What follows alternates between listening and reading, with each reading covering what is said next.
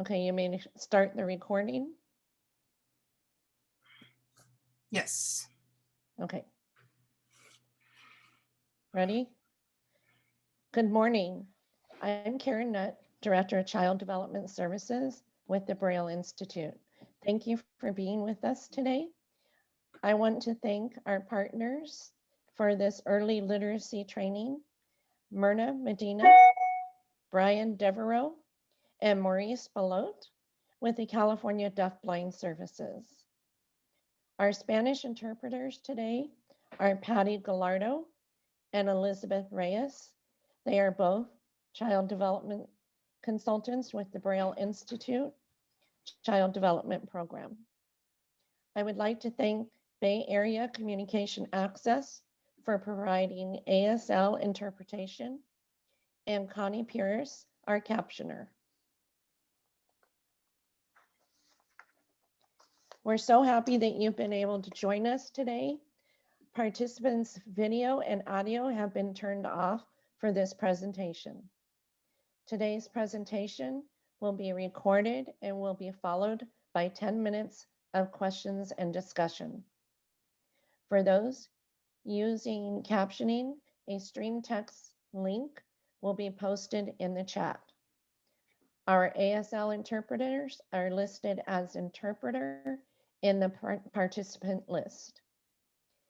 If you'd like to ask a question or make a comment, you may post in chat or click the raise hand in your Zoom toolbar. Make sure to select all participants in chat. Raised hand questions and comments will be responded to after the presentation. Please type your name, and when you start speaking, asking or answering a question. To speak when called upon during the discussion, find the microphone icon on your Zoom taskbar and click unmute. Links to any handouts and the presentation evaluation survey will be posted in the chat.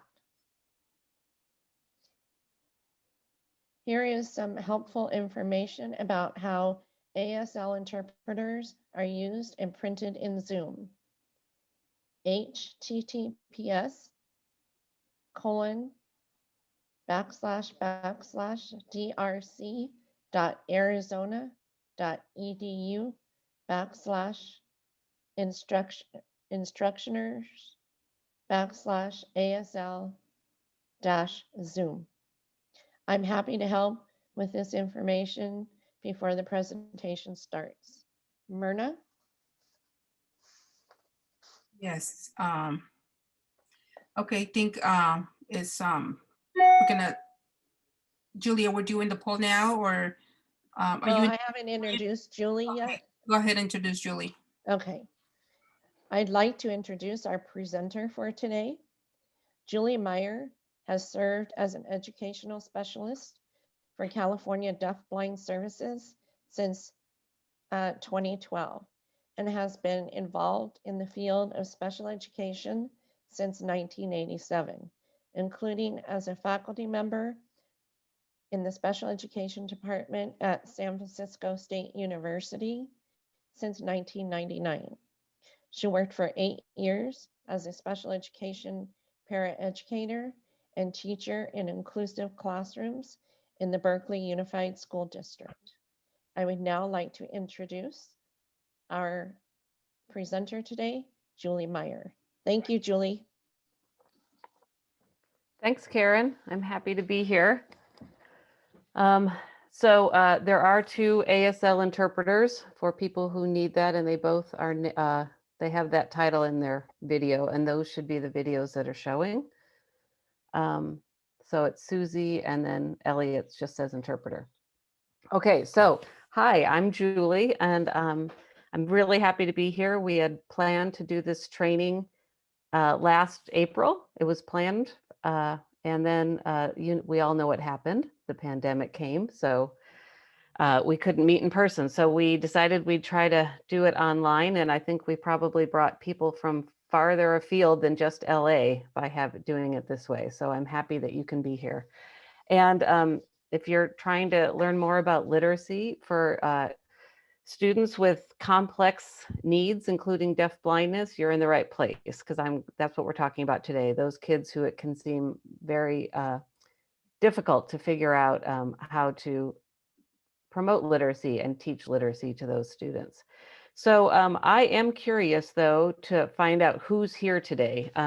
So Myrna has a poll that she was going to pop up, and if you could, and it's in both in English and Spanish, if you could let us know who you are, because I'm really curious to see who's out there, since I can't see you in person. So right now it's even, we have a lot of family members and teachers of the visually impaired and early intervention providers. Not a big surprise. That's what we expected. Oh, we have some paraeducators. Nice to see. Some special education teachers. Yay. Let's see. Can I scroll down here? A speech and language therapist. Oh, I'm happy to see that too. Very important. Very helpful when it comes to literacy instruction. Oh, orientation and mobility. Yay. Okay. Well, thank you everyone who participated. That gives me a good idea. And we're kind of the people I was expecting are here. So Myrna, you can end the poll. And I don't know if we need to share the results or not, but I'll yeah, share. we can. I'll There share. you go. Hi, this is Susie Call, the sign language interpreter. I cannot turn on my camera because the host has stopped me, is what the box says. Okay. Thank you. Nope. It's Susie Call, Call, K-A-H-L. K-A-H-L. Yeah. Okay, yeah, I'm gonna try to, Okay. let's just start video. Okay, go ahead. All right. There we go. Thank you. Sorry to interrupt. That's okay. Oh, And one moment. Okay. all right. All right. So I wanted to just say too, I appreciate everybody being very patient out there. So Myrna, if you want to take the poll down. I did. Why am I? Oh, I see. I've got to click. Thank you. All right. So this is where we're going to start off. These are two favorite people in my life, my children, when they were quite young. And it's a picture of my son, who was probably 5 years old at the time and in kindergarten, with his little sister, who's not quite 2. So she's 1.5, laying on his belly while he reads his very favorite book to her, Dinosaurs Binkit. And he was very proud of the fact that he could read this book. It had a lot of attractive features, and it had a very simple text. It had things that flipped, you know how kids that are little like these kind of flip books. And then throughout it, there was a dinosaur trying to find his blanket. He would call out, "Where's my blanket?" very loudly. And this was something that they did every day for quite some time. It was probably something that he was asked to do at school, that he was supposed to read for 10 minutes a night. It was a routine in our family. I read to my children a lot, but we had books around that they were able to grab, whether in their room or out in the family room, things like that. But I just love this picture because it's much more than my son getting in his 10 or 15 minutes of reading to put in his reading journal. It really was something that bonded them, and it was a very strong connection. You can see the love there, and how focused they both are, just the intensity of that focus. And my son felt very confident because he was demonstrating this skill that he could share with his sister. She got to spend time with him. And then she, because of perhaps, who knows, because of these early literacy experiences, became a really avid reader and actually started to read herself very early.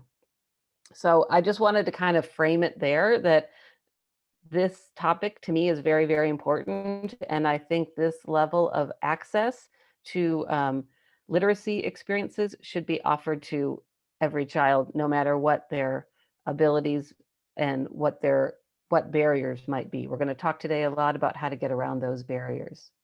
So what I'd like you to think about, and you could just post these any responses you want to put in the chat. You don't have to respond, but if you'd like to, when I do this training at a conference, I ask people to pull out a piece of paper and just jot down activities that they do every day that involve literacy, because I really want us to kind of also frame this discussion today around the fact that literacy doesn't just mean sitting and reading a book. Literacy is there's many more ways that we use skills that involve reading, writing, expressing ourselves, organizing ourselves throughout the day. So if you have any ideas, just post those in the chat for me. And I'm curious to see what pops up. And I'm going to open up my chat right now. Reading news on the phone. Yes. Oh, and thank you. I do like that picture too. Yep. Using our calendar. And thank you, Brian, for posting that. Any other ideas? Because we heard, thank you. Wanda got things started off.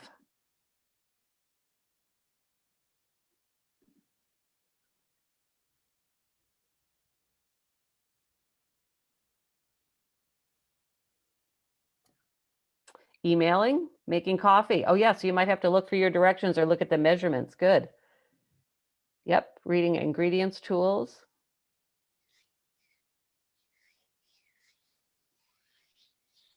Okay. These are some. So people are directly messaging me, it looks like. So remember to put all if you can in the chat. Baking. Oh, hello, Claudia. Nice to see you're here. Okay.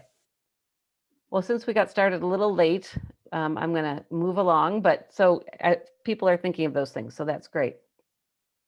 So common perceptions of literacy, if we think of a traditional definition, and is that literacy refers to the ability to read and write. And I think when many of us think about literacy, certainly when we think about students participating in school, we think about reading and writing as the literacy activities we do. And they are a way that we can share information across distance and time and even in space and across generations is how things get passed down through literacy.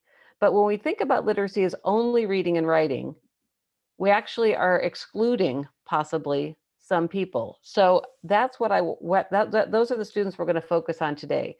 We're going to focus on those kids that if the prerequisite was that they were able to read and write, whether it's text or Braille, then we're actually deciding that that is not important enough to offer to some of these other students who it might exclude. So for students who are deafblind, who might not be able to have the ability to access print or Braille or have the developmental skills to do so,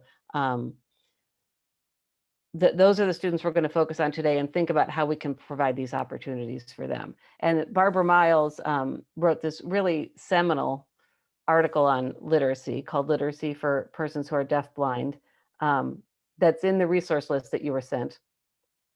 I really encourage you to read it. It's about 10 or 12 pages long, but it's just beautifully written and the examples she provides are just wonderful. So my view of literacy for individuals who are deafblind, and an article that I also wrote called Literacy for All about 4 or 5 years ago, which much of this conversation today is based on. And I believe Maurice might put some of those links in the chat for me. A lot of my thinking and some of the suggestions I offered in that article had a lot to do with what I had learned from Barbara's article. And Barbara really believed that all individuals, no matter what their sensory, physical, intellectual abilities are, they deserve that opportunity to develop the literacy skills that they can based on their abilities. Because it allows them to exchange information and also gather information. And it allows them to also develop relationships that would otherwise be out of reach. So we actually can't forget about these students because they have that limitation to access to information in the environment. So that's why we really do have to focus on literacy and communication so much. So literacy, one thing that it does is it provides access. It's a way that all of us, and you listed some good examples in the chat, it's a way that many of us gather information about our world, information about the people in our environment, information about what's going to happen next or what's going to happen tomorrow or next week.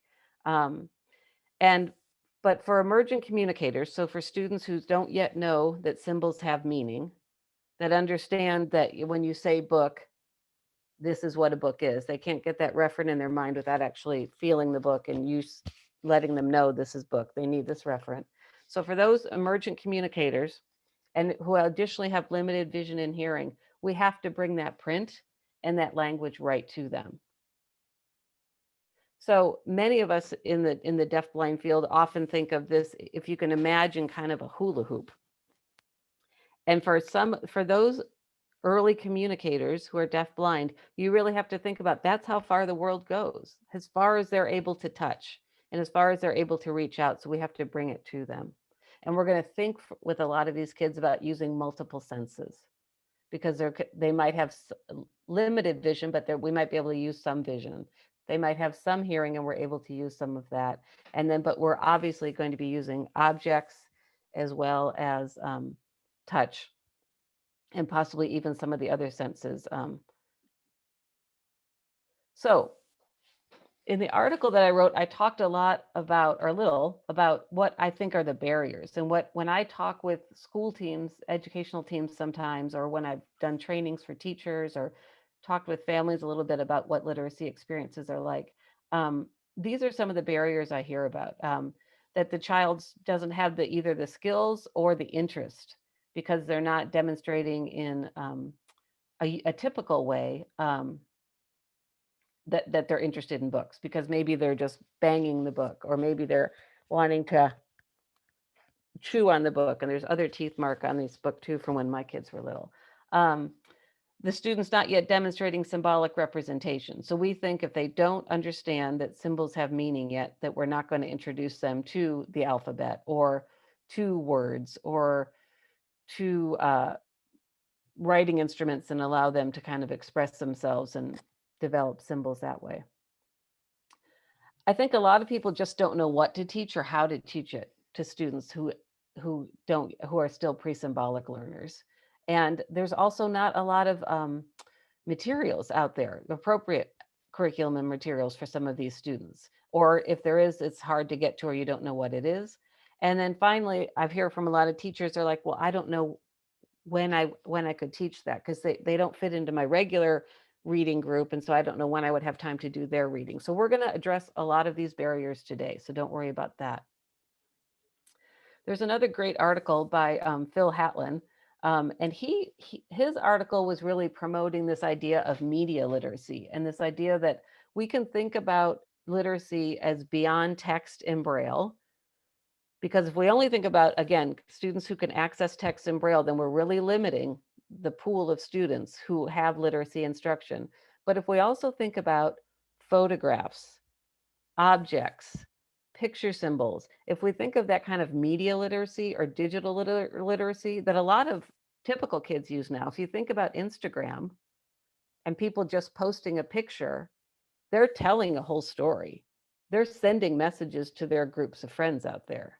So there's many ways that everybody is using digital and media literacy, communicating across space, across distance and time, using other symbols besides just text and Braille. So again, this is another opportunity for individuals who are deafblind to kind of be kind of on par with that, or to be engaging in some of the same activities or in the same way, common ways. So I think here's a list on this page of reasons to promote literacy.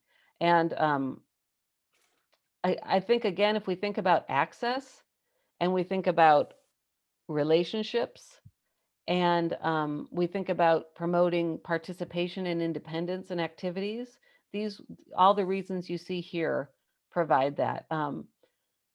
There's a photograph.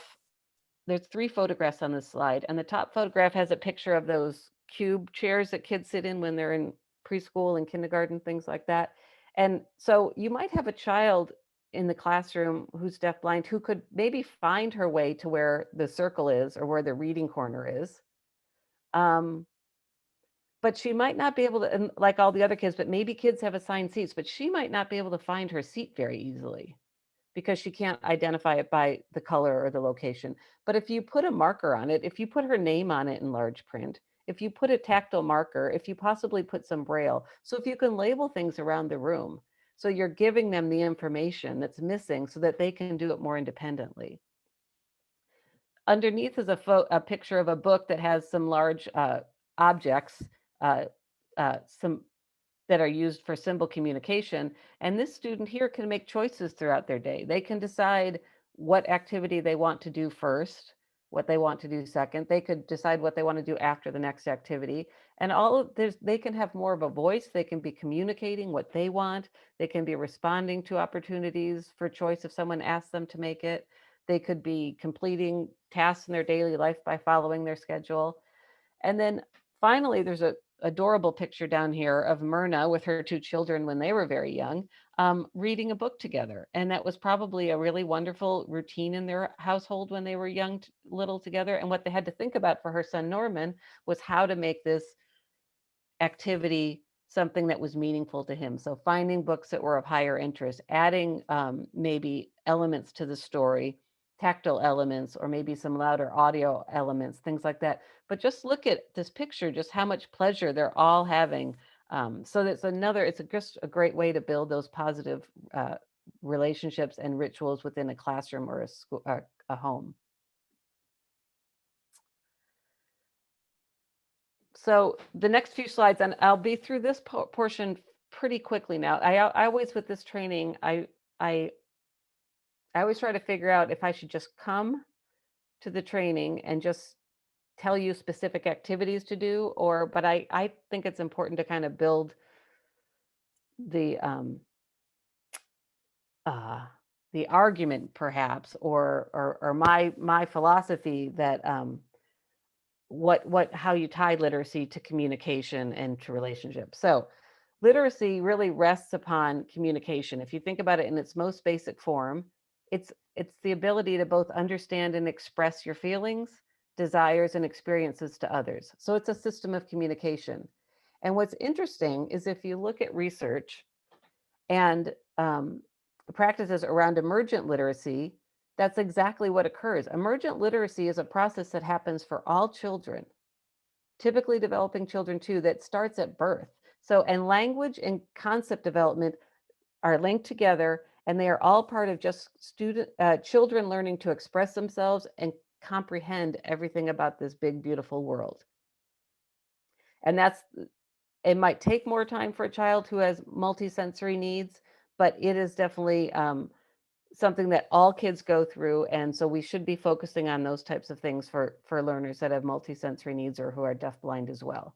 So it ties, emergent literacy ties very well together with emergent communication, is what I'm trying to say. I found this definition a few years ago before I did a training, and I just love it for many reasons. But it was a group of educators, a whole district up in Alberta, Canada, that were really spending a lot of time thinking about students who are early emergent communicators. And they are students that were not communicating through sign or through speech. They were using augmentative or alternative communication or picture symbols. And this definition they came up with talks about that literacy has traditionally been thought of as reading and writing. How they define it now is the ability and confidence and willingness to engage with language, to acquire, construct, and communicate meaning in all aspects of daily living. That's a beautiful definition of literacy. I think it's one that I now have been promoting. And it certainly fits well with how I'm describing literacy for students with these complex needs. So if we think about literacy as a form of communication and a way that a child could share their ideas, ask for more information or give information, their opinion, and we can also see it as a way that we're connecting more with others. And you can also see literacy, emergent literacy skills are the way that for communication, we're often with emergent communicators, we're trying to connect and show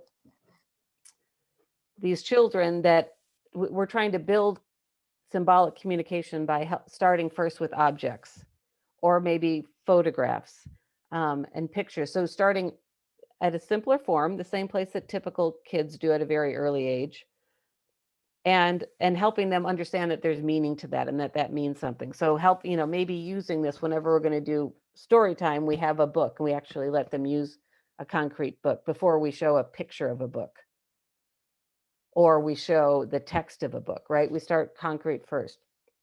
So if we think about early literacy, it can offer those opportunities. And there's two pictures here that are bigger on the next page. And I just want to tell you these two examples and two stories. So this child was in a parent support group, kind of play group. So there were parents and children who are deafblind that attended every 2 weeks. And each child, there was a large photo that we took that was put in a matted frame, and each child decorated it with their family. So each child had a different frame. This boy used kind of pipe cleaners that had kind of texture to them. This little girl, for her frame, she had a frame similar to her cubby, had soft material around it. And this was a way that these children, and these were children with very complex needs, and they were early emergent communicators, all deafblind. This was one way for her to understand that her friend who's across the room, who she can't really see very well, she has cortical visual impairment and severe hearing loss, but she learned over time that, when she could look at that big picture, when she could feel the pipe cleaners, when we would sign the child's name on her chest, she would start to learn that her friend Henry was across the room. On the right, there's a picture of this little girl. She was in a deaf, hard of hearing preschool. And I just loved what this preschool did to make sure, look at how much literacy or how much literacy opportunities are provided to her here. She has a variety of ways to get information about where she's supposed to put her shoes. And this is what's missing for a child who's deafblind. A child who is sighted and hearing, incidentally, they're going to learn very quickly, that's my cubby, my shoes go in there. She's missing, she doesn't get to see that happen over and over and over again as her friends are going over and putting their shoes back into their cubby. She had to learn that routine very systematically, with repeated exposure. And what the staff did is they have her name up really big. They have a photograph, she can find her photo. Her photo's down here again so that she can see that, because it's up on the top of the cubby.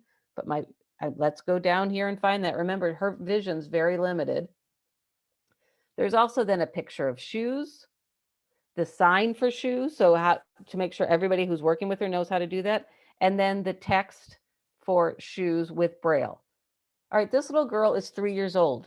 She's not reading Braille yet, but they're exposing her to Braille, which is really important. And my colleague Maurice, he's the coordinator of our project, wrote a brilliant article a few years ago, really making the argument for the wider access to Braille for students who are visually impaired or deafblind. And his argument was, for typical kids, we don't limit their exposure to text based on them demonstrating readiness. They see text everywhere they go. They see text all over their home. They see text when they go out of their home because they see signs, or they go to the store, there's text places. They see numbers listed on houses for addresses. It's everywhere. It's limitless. So why would we, just because we're not sure if a child's going to be a Braille reader yet, limit them from having extra exposure to it? So this was a great example of a team that recognized that. And even though they were a deaf, hard of hearing preschool, they were providing her access to Braille. It was really cool. Okay, so I feel like I've kind of covered this. We're getting close to the end of my argument about how it's so closely tied to communication. But I think when we think about it, what we have to remember is that communication takes many forms beyond just spoken language or signed language. So when we're thinking about these emerging communicators, we're going to think about any type of behavior, any kind of action that they're demonstrating their interest in these literacy activities, as well as their their understanding of what's occurring in terms of the activity that you're participating in. So when you think about that picture at the very beginning of my children, I feel like my daughter was very much expressing to her brother and to her parents that she was very interested in this story and enjoying it and understanding it because of how she was laying on him, but her eyes were very focused and she was looking at the book. So it was clear to me that she was understanding what was happening in the book. Probably, I didn't take a video of it, but if she would have looked up at a time and smiled at me, that would have told me, oh, she understood that page was the funny page. Or if she looked up with a quizzical look on her face, you would know, oh, she didn't understand that. Okay, so many forms of communication. So here we go, emergent literacy. How is this going to fit into the day of a child who is at a pre-symbolic level and has both vision and hearing loss? Well, what I would suggest is thinking about these 5 things. All the routines that occur in your day, making sure the child's participating in an environment where there's lots of opportunities to engage in literacy, tying it to concept development, thinking about calendar systems, and then let's think about social connections through shared experiences. So that's kind of the plan. We'll talk about these. I'm going to be showing you some different resources as well. And I do want to check my time right now. Okay. And we're going to, okay, good. Here we go. Okay. So routines. CDBS is doing some mini trainings on Tuesday afternoons. I know some people that I saw popping into this training have been attending, and those are all on our website.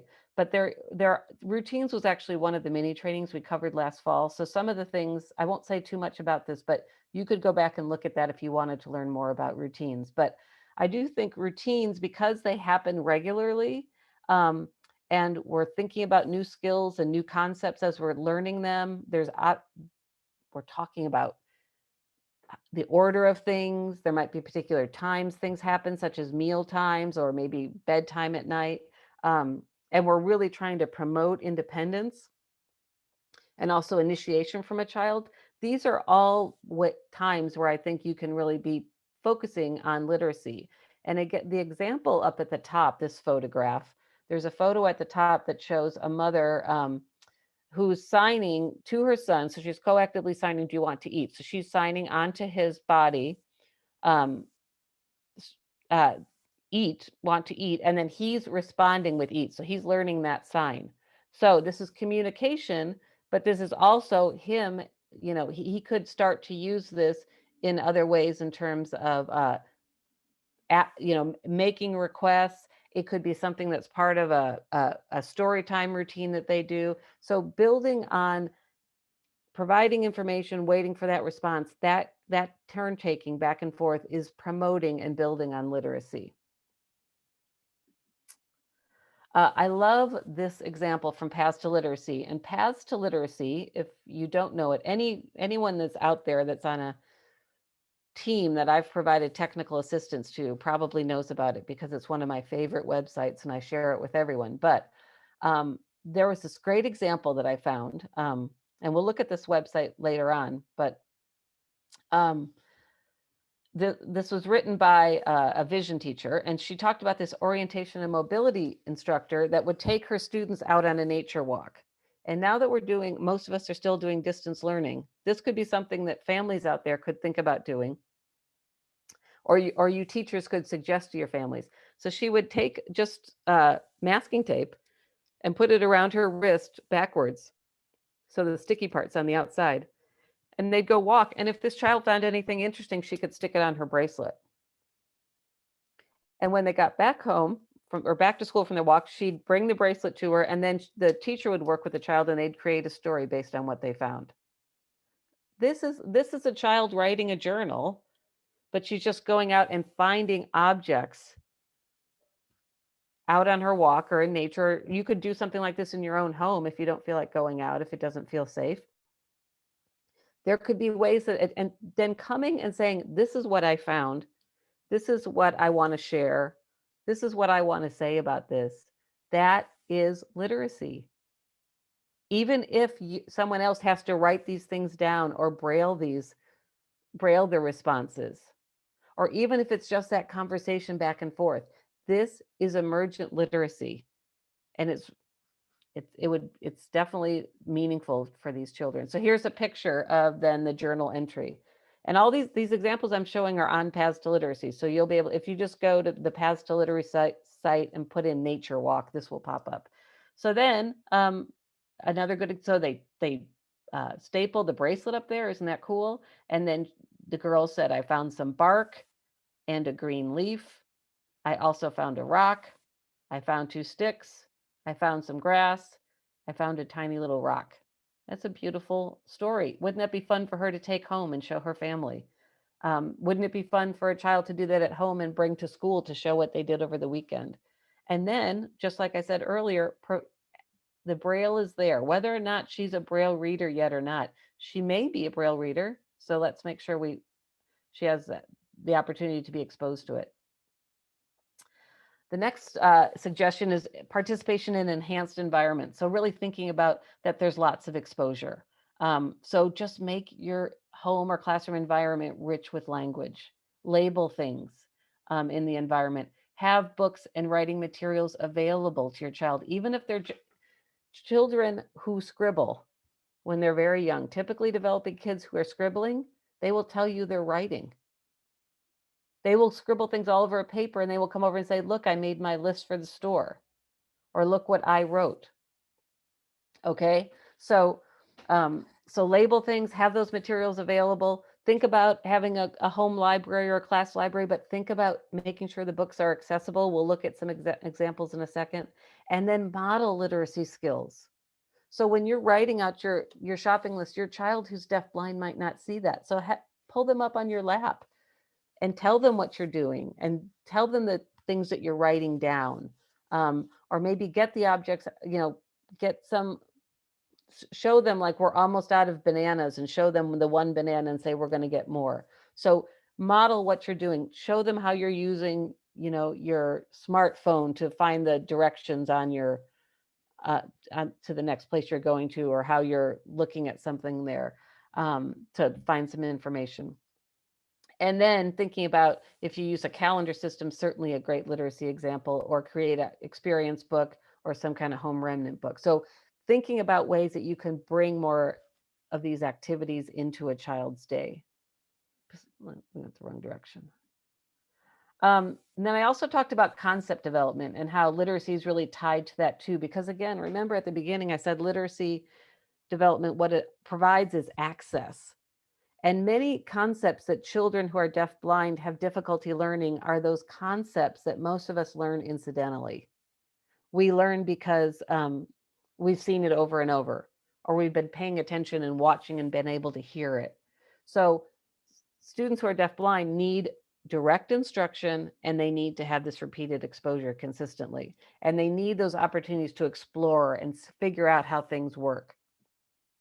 It also works best when you're teaching new skills and concepts that they happen in natural contexts, so that it's connected to the thing where it belongs, versus teaching a child a skill in a place where they're never going to use it, like practicing going to the store and shopping, but not doing it when you're in the store. And then thinking about different sensory ways to get that information into the child. So here's an example. This is just a little girl I showed her earlier. She was a girl with a cubby. And here she's just kind of exploring with painting and different colors. She's using hand under hand because she didn't want to touch the paint, but her mother was painting along. The same little girl, when she was at the Deaf Hard of Hearing preschool, what they did for every classroom that she used at that school. So there was her own classroom. There was the partner class that she sometimes went to in the afternoon, the speech and language therapist's office. They took a frame, they got it just from Michael's, and there was a different texture. This one has bubble wrap. But each doorway had a different texture in there. And so this was posted at each doorway that she used. And then she had a book that had each of those textures in them. So they were able to give her information about transitions. When she was leaving this this room or this environment, where was she going? This was very important for this child because she had difficulty with transition. She didn't like things that she was enjoying to stop, to have to go somewhere else. And she also would sometimes get anxious if she didn't know where she was going. So this was really, really helpful. So this is an adaptation that you could see might be a behavioral support, but actually it was a lot about literacy, because she learned then that these different symbols meant different things. Okay, so this is now we're going to take a little break, because I think we all need a little bit of a brain break and stop just sitting and listening to me. These are some riddles, and it shows kind of how kids understand concepts based on their own personal experiences. So that's the other thing, was thinking about how you can make literacy personal. So, and some of you that might have come to one of my trainings last fall might have seen these. So if you did, try not to give away the answers. But these are real answers or real descriptions of what typically developing kids call things. And I want to see if you can guess what some of these riddles are. So you can just post it in the chat. I'm going to open up the chat again and make sure that you say to everyone in the meeting. So here's the first little riddle. Leg prisons. What do you think leg prisons are? What would little kids think leg prisons are? Pants, right. Good. Oh, spider. No, it's pants. Okay, what's the next one? Time bracelet. That's right. Watch. Good. Oh, you guys are smart. You guys are as smart as those little kids. Okay. Cut it.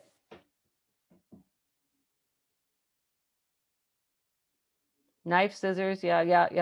It was knife, but scissors is a good idea too. Oh, hello, John. I see John's here. Ice cream juice.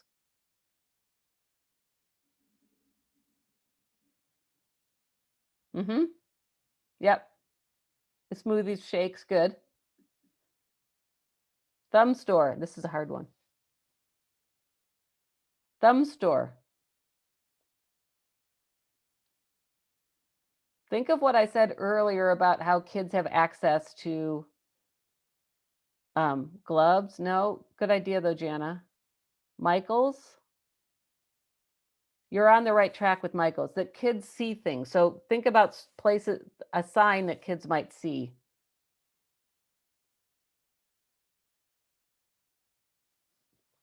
Anybody work out at a place that has a yellow thumb on a purple circle?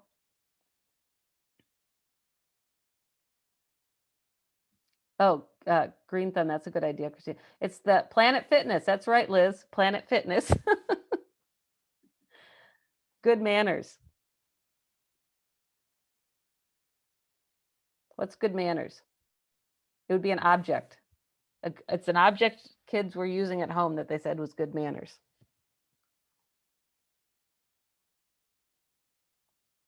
A napkin. Very good. Napkin. There you go. Good.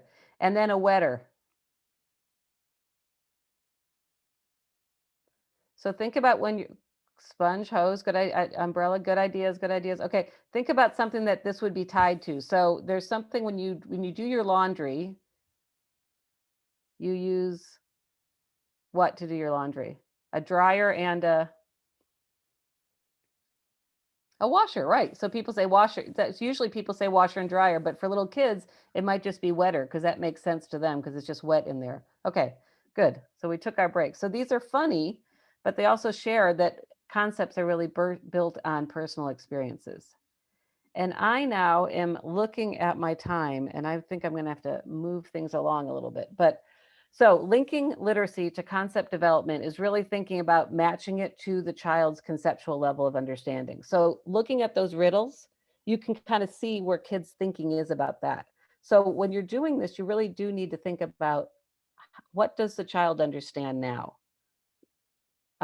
So you might have to make things simpler, and you also want to really tie it to their own experiences.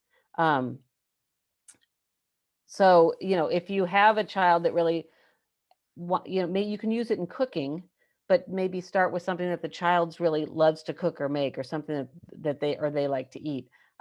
Repeated exposure practice also helps to build this understanding.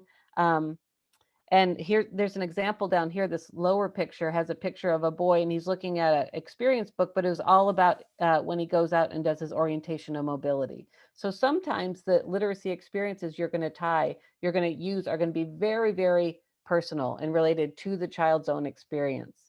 Okay. So these are all different types of activities that can help to teach concepts. Calendar systems, experience books, or story boxes. Making a journal out of those objects, or like we saw also with the nature's walk. A tactile name card that has a large photo can be a way to help a child know who the different people are in their life at home or at school. Even choosing different books for story time so that they understand that there's lots of different types of books. And then just the handling of books itself. Recognizing favorite characters, that's all building concepts that there's, different, each character is like a different person, and then they could maybe have favorite characters and build a story around that. And then we already talked about text in the community. So chat box, just want to make sure how everybody's doing, see if there's any big questions out there. Myrna or Maurice, are we doing okay? Everything's fine, Julie. Cool. Okay. Anybody, any questions right now? I'd like to keep going just so we have enough time at the end. Okay, and now we're getting into, let's talking about some of the nitty gritty, the stuff that you probably came here to get, some of the ideas. Oh, thanks for the thumbs up, Annalisa. Okay, here we go. Children and youth who are deafblind. All right, so they are going to need things adapted to their specific, what their level of vision is and what their level of hearing is. So it's going to be really important that you understand that, as well as what their concept development skills are. And this is from Literacy for Children with Combined Vision and Hearing Loss website. I'm going to show that to you too. They also need activities that are going to help them make those connections to letters and pictures and words. Okay, so and what they recommend on this website, and this website's really amazing. It's been developed, it's on the National Center of Deaf Blindness's website, and it's been developed by a lot of people from different state deafblind projects, as well as teachers from around the country who are very invested and interested in literacy for these students. They have a wealth of information. We'll look at it in a second, but they really talk about, to start with doing literacy with these children, you really have to understand what their current level of knowledge is, but also what their lived experiences are. So you're making sure you're making that connection. Okay. So yeah, so here is the site. So I want to show this to you now, this website in a second. But first, this is basically their mission statement. They think these children need more opportunities to engage in literacy activities, but also the expectation has to be there that all children can develop literacy skills, whether they remain at that emergent literacy skill level or not. So all children should be expected to become literate. We're going to found it on their experiences and their understanding of concepts, and we're going to tie it to communication and socialization, and that it exists across this continuum. So here we go. I'm going to stop my share and get the website set up that I want to show you, which is right here, I believe. Yes. Okay. Come back and share again. Here we go. Again, for those of you who have provided TA to, you have probably seen this website. I know some of you have even used it, which is great. So,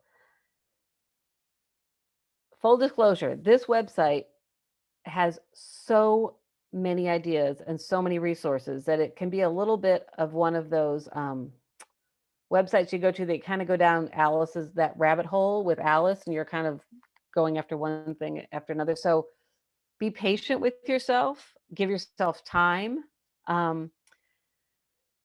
I would suggest, and we don't have time to go too deep into all of it today, all these tabs I would start there, just about the website, and then read Shifting Perspective, which is a lot about what I did earlier in the training today about the importance of why we should provide these opportunities. And then I would scoot over to doing the literacy skills checklist. This skills checklist, and I'll show it to you just for a moment, it's so easy to use. it, you just go through and it lists behaviors. And I would do it together with families and teacher together. And you just go down and you check yes or no, whether you see this behavior or not, or sometimes you see it or you don't know. And based on what for those of you that are familiar with the communication matrix, it's kind of similar. Based on how you answer on that section, it will tell you where to go next. So if you answered yes to a lot of these, that would mean that the child hasn't had much experience yet.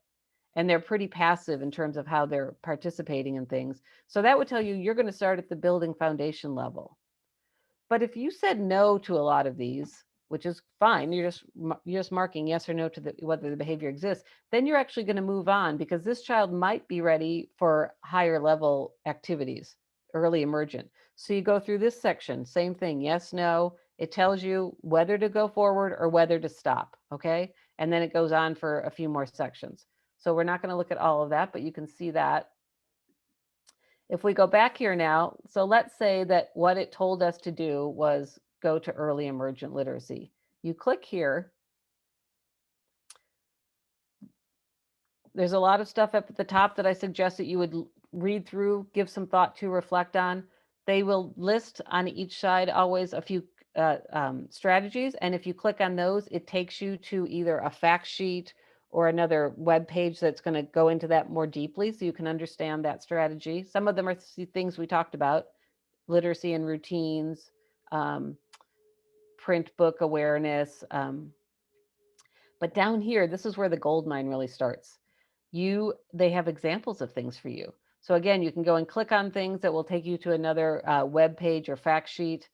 Using object cues throughout the day, part of daily routine. So this is just early emergent. We're just building the idea that symbols have meanings. They give you examples, pictures, things like that.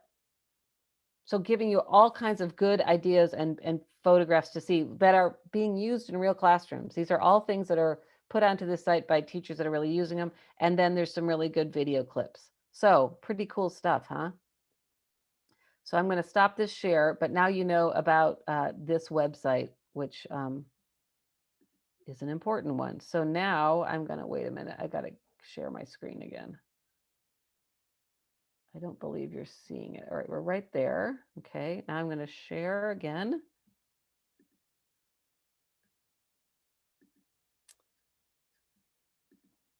Okay, so that's one resource. And I showed you the checklist, so we already did that. So yeah, and that's important. I would not jump into activities on this website until you do the checklist with a child, because we really want to have that good match between what their skills are and what their interests are. Now I'm torn a little bit because I have, look at the time. Wow.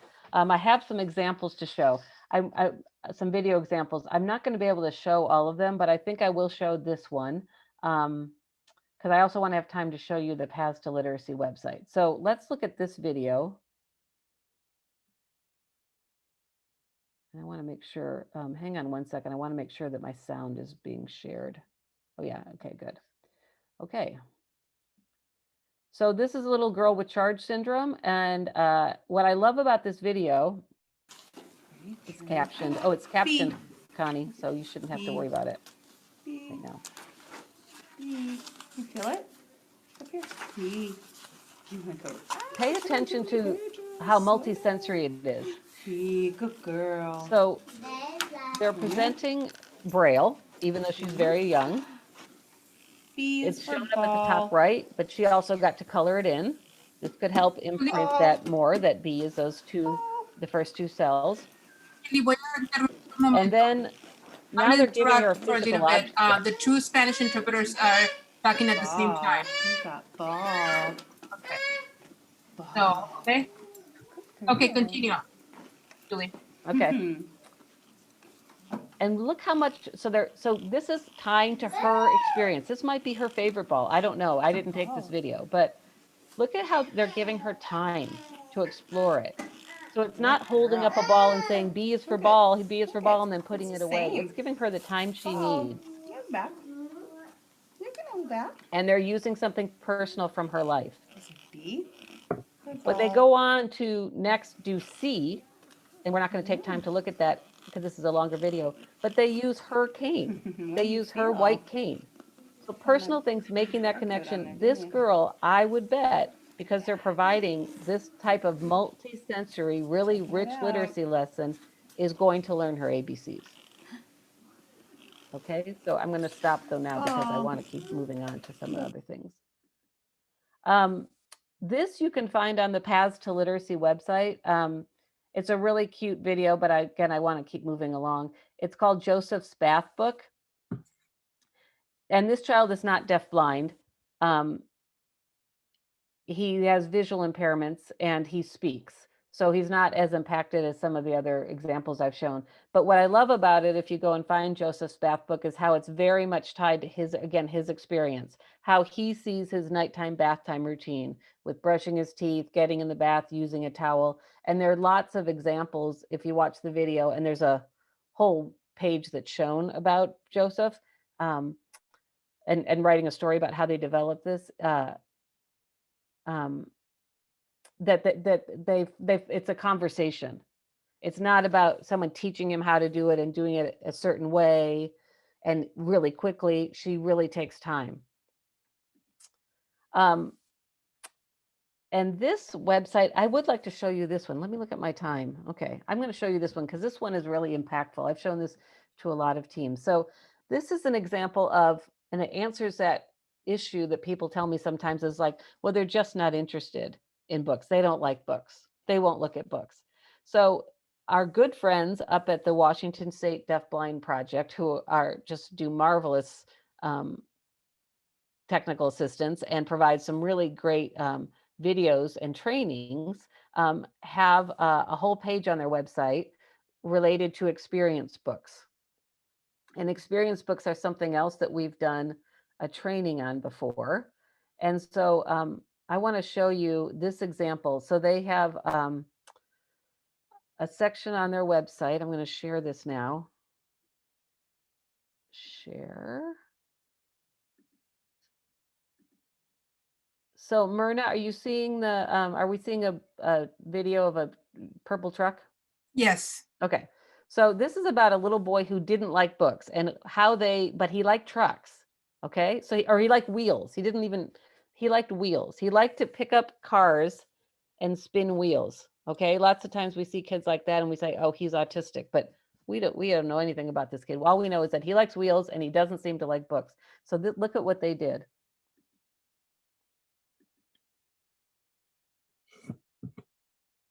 What if, okay. Create an experience book using something the child likes. This little boy loved things that would spin, and he would spin things all the time. He'd hold a little car up and he'd spin the wheel.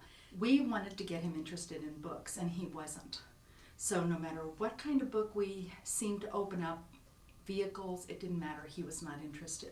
So we took his likes of spinning wheels and we created a book. So in that book, we actually had wheels that he could spin. We wanted to really get him into the pattern of being able to figure out how do you even look at a book. Then what we did was, of course, put the word, I see one green van. We would read it to him and sign that to him.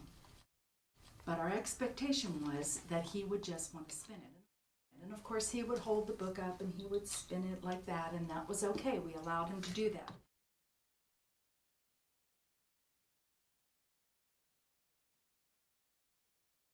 Eventually, he got to the place where he turned the page, and of course, when he found more wheels, that was exciting. We were also working on the concept that wheels are different. You can see on the first page, the wheels had little ridges. On the second page, the wheels were smooth. And we were really wanting him to understand that wheels are not all exactly alike. Those concepts are crucial for him to understand, as well as getting him to want to look at a book. The wheels are different. Another conversation? We had these bright green ones, and he spun those. And then, of course, the last page we did, there were no wheels for him to spin. A picture of a truck, no 3D and wheels. In the beginning, he didn't like looking at this page at all, and he'd immediately go back to one of the other pages, which was great. as long as we got him starting to use a book. So what if he doesn't like books? Identify a like for this child, create a book using that like, and let him explore it for a few weeks his way. Help him build positive experiences with this book. A motivating topic can help build a bridge to looking at books. For this student, the first goal was not getting him to turn a page. The first goal was getting him to want to turn a page. And now he likes wheels and books. So I find that example very powerful, because I think many times what we do is we think, oh, they like to spin wheels. We're going to get all the truck books for them, or we're going to get books about vehicles and cars, and then we're surprised that they don't like that. But what they really realize is he likes just the wheels, so we're going to make the book so it can do the thing he likes, just so he's there, engaged, and then we're eventually going to get him to. And then they they did so much with that book. It was really terrific. So I could go on and on, but we don't have that time today. Elements of an experience book. What I want to say about this is we did do a training on this for our mini training. So you could look at if you want to have more experience, more in-depth description, but basically they tell stories. That's what you saw with that example. And you'll pick artifacts that are specific to the individual or experiences or their interests, but you have to make sure what's meaningful for them, not what you think would be meaningful, but so that's why I like the example of that girl that collected things on her walk. She picked up the things she was interested in. It wasn't someone else figuring out what we should put in this book. And then adding text or Braille helps to promote those skills. And then keeping the vocabulary and text meaningful and simple at first, because remember, this is emerging literacy, and then consider sturdy construction. And then, of course, if you can include the child, that'll make it even more meaningful. And then ways to use it. And again, this was in the other training. So, and you have this in your notes for this training. So I'm not going to go too deep into this. So I have a chance to talk really quickly about how you could adapt tactile books. So you can also take books. And these are examples that I saw in a really great visual impairments classroom that I visited.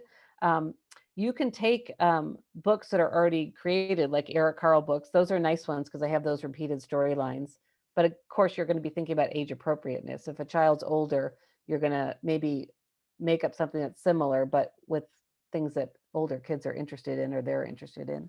And then think about salient features for different characters or symbols, so that could be identifiable to the child. So for this one, which is lots of different animals, they had different features of it that the child could feel.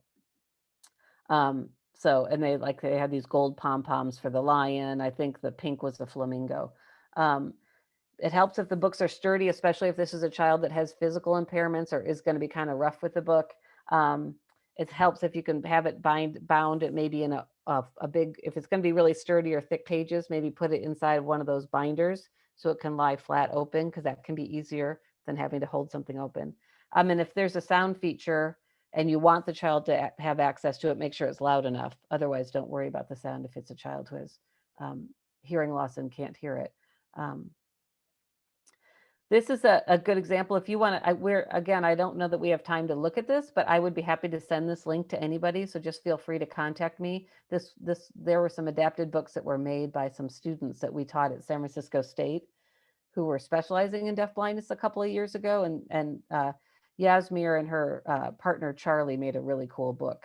But again, I want to save time for discussion. So, and I also, want to show you some things from Paths to Literacy. So this is straight from Paths to Literacy, this example. You can also, if you don't want to do just that adapted book where you're changing things just on the page, some kids need that still is not going to be accessible enough for them. It will not make sense.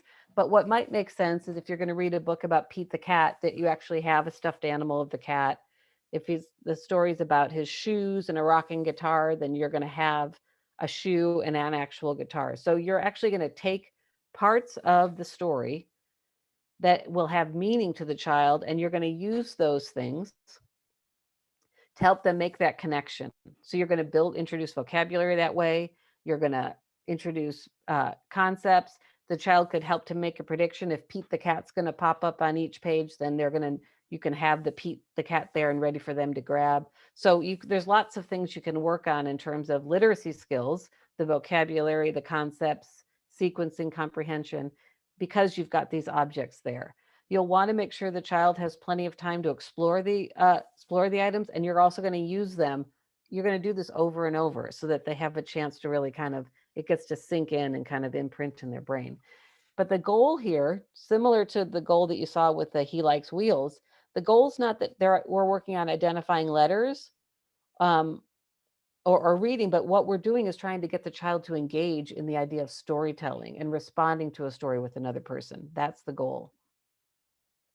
With shared reading, which you could use either those adapted books or a story bag with, the first thing is you have to make sure you're doing it when you have plenty of time. You don't want to rush it. So let the child choose the book when possible.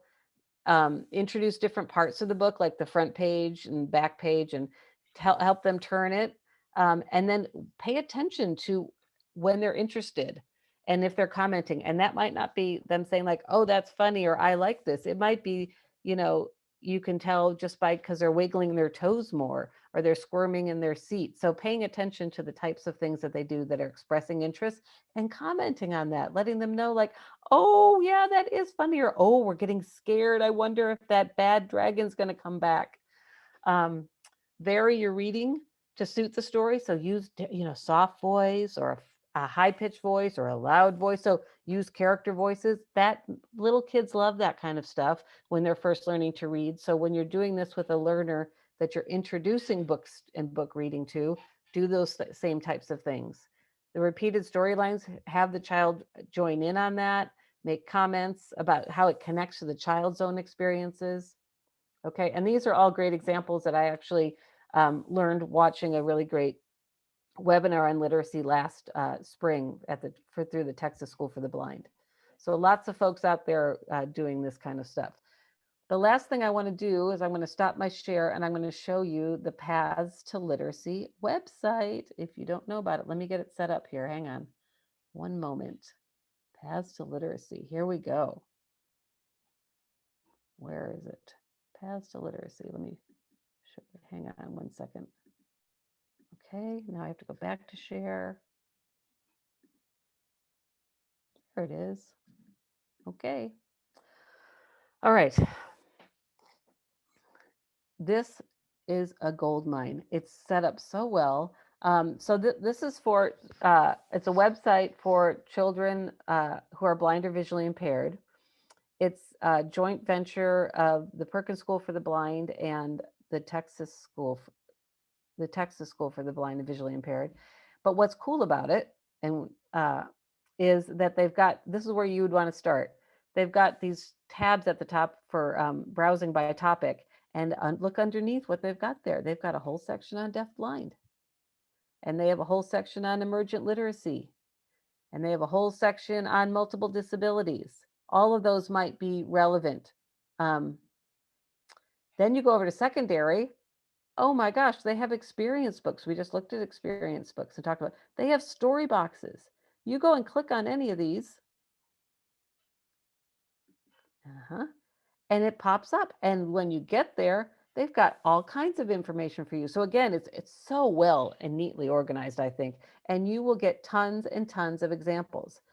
The other thing that they do is they have posts. And so then they're posted sometimes by parents. They're posted sometimes by a deaf blind project. They're posted many times for by a teacher. Let's see who Melissa, adapting one rainy day for student with visual impairments.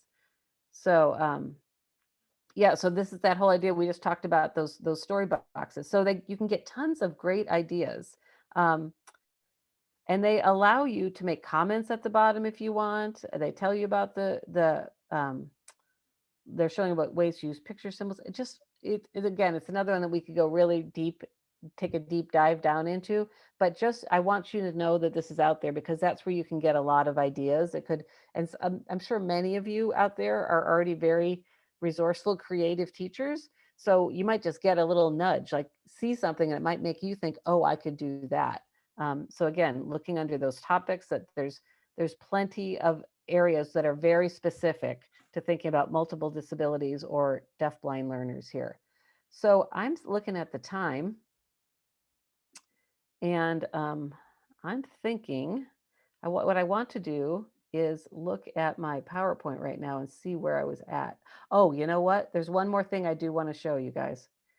We're gonna start right here, because I just discovered this last week while I was preparing, and I would like the last word today to be from Carolyn Musselwhite. So Carolyn is her background is augmentative and alternative communication, AAC, and she does trainings all over the world. I think her background is speech and language, I think. And but she works with really complex learners, and she really believes in the potential of every child to communicate, and that every child should have access to literacy. And this is again from that Alberta education website. This is really powerful statement she has to say about what the cost is of not thinking about providing literacy to all kids. So the cost of underestimating. So let's just close out with this, and then we can have discussion.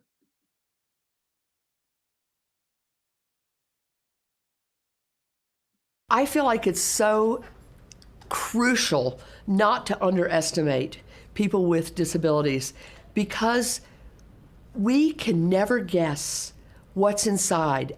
And there are students who have such potentials, and students who might make a little progress that makes a big life change. And I think we can't know that even though this student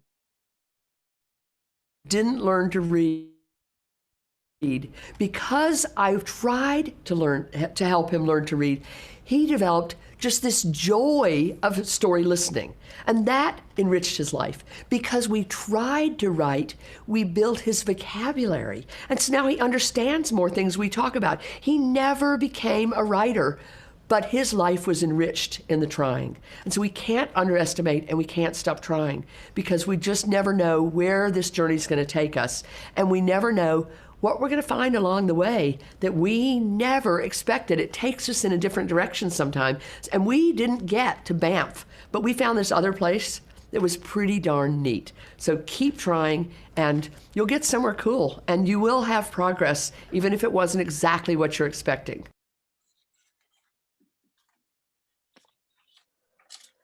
So that's where I think it's 1:20. That's where I want to stop. And I Julie? want to open it up for discussion. Julie, this is Maurice. We have a couple of questions. One is from Annalise. She asks, how early with young children do you suggest teaching with books? And let me give you the other question too. Wanda asked, what is the link to that video you just showed? Yeah, I just saw that. Wanda, I'm going to go find that for you. So tell me Annalise's again, because I was looking at Wanda's question. How early with young children do you suggest teaching with books? How early? Right. Well, I at the same time you would, well, so Annalise, maybe you can tell me, what do you mean by teaching? You mean just having them learn, having exposure to books? Because I mean, with my own children, I started reading to them when they were babies. I mean, they were just in my lap. I was I was probably nursing them and holding a book up and reading aloud. So I think having exposure, just having, when you think back to that enhanced environment, just having books around them and seeing other people reading books. But I would say if any of you out there are in early childhood or preschool, yes, books should be, but again, thinking about the kinds of books. So with really young kids, that's when you have these board books, right? Or those fluffy ones that you can push and they squeak and things like that. So, I hope that's answering the question perhaps.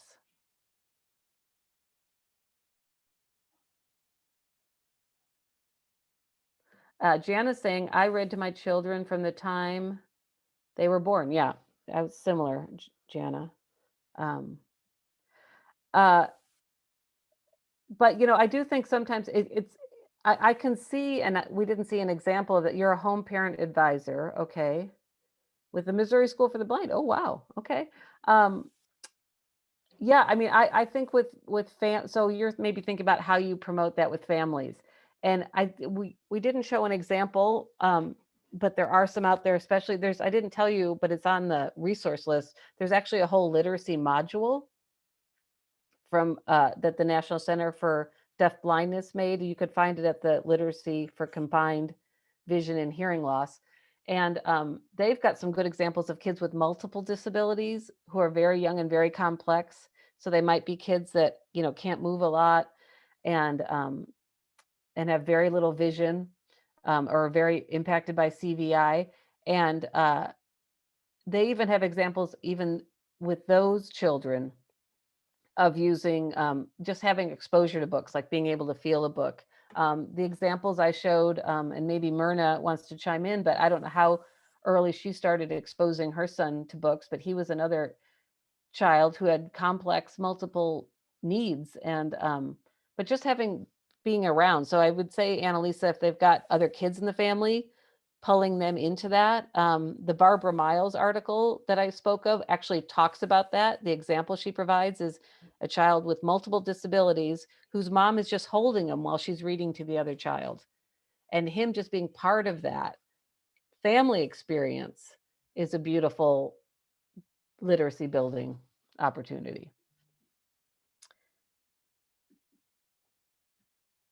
And I am going to try to find this video for you right now. Is there anything else out there? Anybody else have a question or a comment?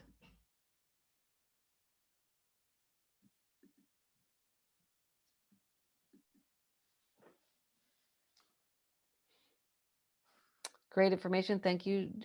Okay. Oh man, I long to be in the classroom. Yes, yes, yes, yes. Long to be a classroom teacher again. Oh, Charity. Oh, okay. Oh, Smith Kettlewell. Oh, that's nice to see you here. Okay. Great bonding experience. Yeah, and there's probably, I would say, if anyone else out there who's working early intervention wants to chime in and give Annalisa any examples, because I see that there's some other people. Yeah, family building literacy. Yeah, check out that Barbara Miles article, Annalise. It might even be, it's a great one to share with families. It's long, but. Julie, this is Maurice. We have another question. Yep. Haley says, would love your thoughts on using that multisensory framework for developing literacy for kids who are older and language deprived. So if you think of that example of that video that I showed, is I think in that situation, I would make a book, but I would use, again, objects from that person's life that are meaningful. So for an older individual, I would, maybe, I would be, or P would be your phone or something like that. And, or magazines, things like, or maybe current, if they know anything about current celebrities or people of pop culture. For kids who are language deprived, I think there you have to really go back to thinking about that building of concepts, because people who are language deprived very likely don't even have that same kind of symbolic understanding so you could still do the kind of labeling and the enhanced environment type of modifications I talked about, but making sure that it's kind of very age appropriate. That's a big question, Haley, and a good one. I'm just not sure I have enough time to go too deep into it, but feel free to email me if you want to discuss this further, because I feel like I have to think about it a little bit more too to have just the right answer. Trisha has her hand up. Okay. Trisha, you want to ask your question?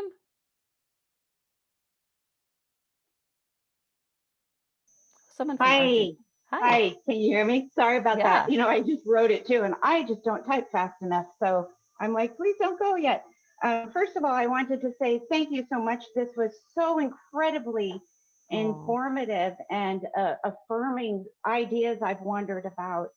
Thank you. But you know what, Julie? I thought honestly, and I had just written this, your first photo gave such a beautiful example of what I felt was, along with all of this, shared reading.